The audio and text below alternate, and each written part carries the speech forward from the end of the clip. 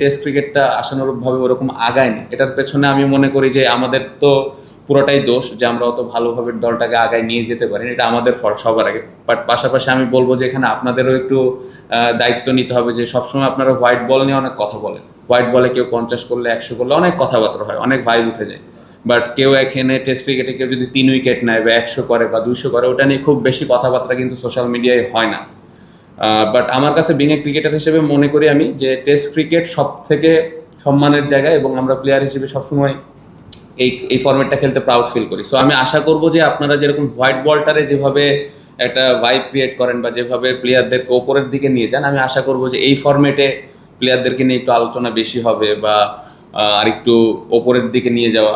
এই জিনিসগুলো যদি হয় আস্তে আস্তে আমাদের পাশাপাশি আপনারা যদি এই হেল্পটুকু করেন, তাহলে টেস্ট ক্রিকেটটা আমার মনে হয় সামনের দিকে আগাবে এবং সাধারণ মানুষের কাছে ওই মেসেজটা পৌঁছাবে যে আসলে টেস্ট ক্রিকেটের গুরুত্বটা কতটুকু। সো এতটুকু তো আমি আশা করতেই পারি।